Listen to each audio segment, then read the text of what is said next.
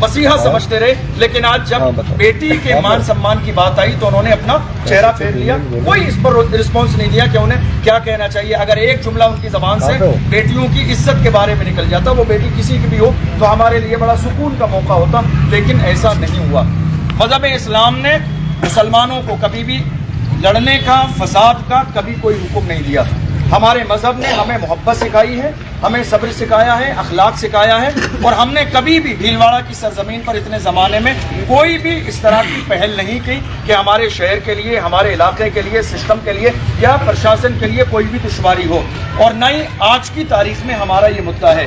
ہمارا صرف ایک اتنا سا میسیج تھا جو پرشاسن کی نگرانی میں ہمیں ہماری سرکار تک پہنچانا تھا کہ جو یہ مسئلہ ہے حجاب کا، دراصل یہ مسئلہ صرف مسلمانوں کا نہیں ہے، بلکہ ہم جس ملک میں رہتے ہیں، ہمارا ملک ایک سیکولر ملک ہے.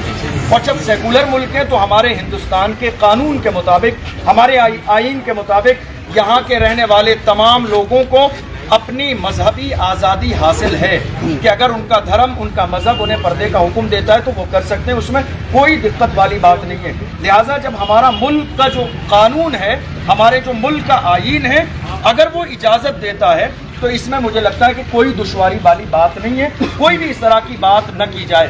اور رہا حجاب کا مسئلہ کہ محض اسکول کے بندوں کی بنیاد پر یا ان کے کہنے کی بنیاد پر، ان کے شور شرابے اور ہنگامے کی بنیاد پر مسلمان بیٹیاں حجاب چھوڑ دیں گی، پردہ چھوڑ دیں گی، تو یہ دراصل ان لوگوں کی غلط فہمی ہے.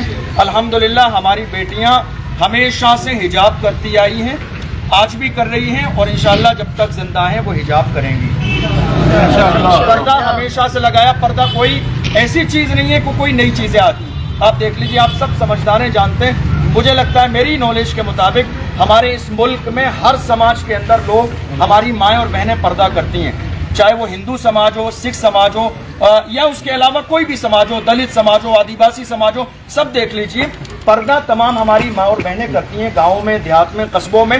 رہا یہ کہ اگر چند لوگ یا چند جو ہے ہمارے سماج میں لوگ اگر پردہ نہیں کریں یا وہ بے پردگی کریں یا وہ یورپ کے کلچر کو اپنے اندر سمانے کی کوشش کریں تو وہ ان کا اپنا مسئلہ ہے.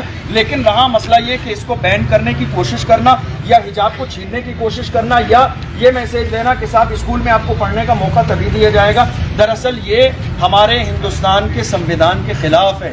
ہمارا قانون اس ملک میں رہنے والے ہر شہری کو عزت کے ساتھ، مان سمان کے ساتھ، مذہبی آزادی کے ساتھ رہنے کا حق دیتا ہے. تو لہٰذا ایسی صورت میں کوئی دشواری والی بات نہیں ہے، اور یہ کوئی آج کا نیا مسئلہ نہیں ہے. پورے ملک میں آپ دیکھ لیجئے ایک زمانے سے لے کر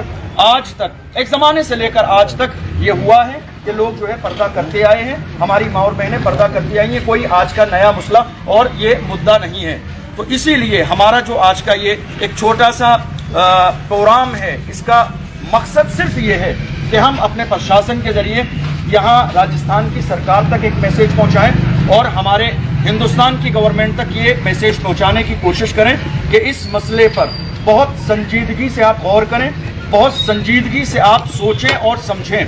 اس کو اس موقع پر 2022 کا الیکشن قریب ہے، اور چونکہ یہ بات ہم اور آپ بہت اچھے سے جانتے ہیں، جب الیکشن کا موقع آتا ہے تو اس طرح کا ماحول پیدا کر دیا جاتا ہے کہ ہندو اور مسلم آمنے سامنے آ جائیں. حالانکہ کوئی بھی سمجھدار، چاہے وہ مسلمان ہو یا ہندو ہو، وہ ان ساری چیزوں کو سمجھتا ہے، وہ کبھی سامنے آنے کے لیے تیار نہیں ہوتا ہے، اور اس کو آنا بھی نہیں چاہیے، چونکہ یہ دراصل سیاسی ہتھ کنڈے ہیں. اس لیے ہماری موجودہ سرکار سے یہ ریکویسٹ ہے کہ وہ اس مسئلے پر سنجیدگی سے غور کریں، سوچیں، سمجھیں، اور جو ہمارے ملک کا قانون ہے، ہمارے ہندوستان کا جو سنویدھان ہے، سب سے پہلے اس کی حفاظت کرنے کی کوشش کی جائے. سب سے پہلے ہمارے ملک کے قانون کی حفاظت کرنے کی کوشش کی جائے. ہم الحمدللہ پوری عزت، مان اور سمان کے ساتھ اپنے ملک کے قانون کو مانتے ہیں، اپنے ملک کے قانون کی عزت کرتے ہیں، حفاظت کرتے ہیں، اپنے ملک کے آئین کی حفاظت کرتے ہیں. اور یہ آج زبانی طور پر بات نہیں ہے، آنے والے دور میں کبھی کسی دور میں ہمارے ملک کے اوپر کوئی بری نگاہ اٹھانے کی کوشش کرے گا تو انشاءاللہ تاریخ گواہ رہے گی کہ سب سے پہلے ہندوستان کی عظمت کے لیے اور ہندوستان کے سنویدھان کے لیے، اس کی آئین کو بچانے کے لیے سب سے آگے، سب سے پہلے انشاءاللہ مسلمان آئیں گے. ہم قانون کی مخالفت نہیں کرتے، ہم قانون کی عزت کرتے ہیں. اور جب ہمارے قانون میں باضابطہ ہمارے آئین نے باضابطہ ہمیں یہ آزادی دی ہے کہ ہم بالکل جو ہے اس ملک میں رہ کر مذہبی آزادی کے مطابق اپنے طور پر رہیں. تو ایسی صورت میں ہماری ذمہ داری یہ ہے کہ ہم باضابطہ ماحول کو ایسا بنانے کی کوشش کریں کہ شور شرابہ نہ ہو, فساد نہ ہو, ہنگامہ نہ ہو, بلکہ پرشاسن کی ذمہ داری یہ ہے کہ وہ پرشاسن جو ہے اس بات پر سنجیدگی سے غور کرے. اور رہا مسئلہ حجاب کا, تو ہماری مائیں اور بہنیں ہمیشہ سے حجاب پہنتی آئی ہیں, آج بھی پہن رہی ہیں, اور انشاءاللہ جب تک زندہ ہیں حجاب پہنیں گی. اسی موقع کے لیے ہم آج یہاں جمع ہوئے تھے, اور ہم پورے مسلمانوں نے بھیلواڑہ کی طرف سے پرشاسن کے ذریعے ہماری راجستھان سرکار کو اور ان کے علاوہ ہم ہندوستان کی سرکار کو جو ہے ایک اپنی رائے پیش کرنا چاہتے ہیں, اپنا ایک نظریہ پیش کرنا چاہتے ہیں. اور ہم نے اس میں ایک ریکویسٹ کی ہے باضابطہ گیاپن کی شکل میں کہ صاحب آپ اس پر غور کیجئے, جو شر پسند عناصر ہیں, شور شرابہ اور ماحول خراب کرنے کی کوشش کر رہے ہیں, ان کو سمجھائیے جس انداز میں بھی آپ سمجھا سکتے ہیں, اور اس کے علاوہ اس مسئلے پر سنجیدگی سے غور کیجئے. لیکن رہا حجاب کا مسئلہ, تو حجاب کے مسئلے میں سمجھوتا ہرگز نہیں ہوگا.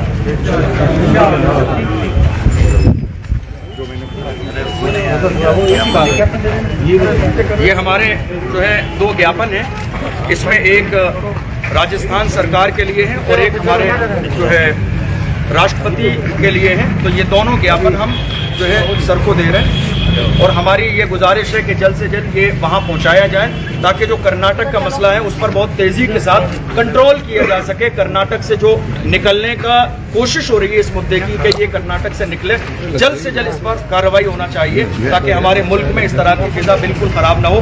جس طرح سے ہندو, مسلم, سکھ, عیسائی اس ملک کی حفاظت کے لیے ہمیشہ محبت کے ساتھ رہیں. ہماری گزارش ہے سرکار سے کہ جلد سے جلد ایکشن لے تاکہ آنے والے زمانے میں بھی ہمارے جو ملک کی فضا ہے وہ مکمل برقرار رہے اور حفاظت کے ساتھ رہے.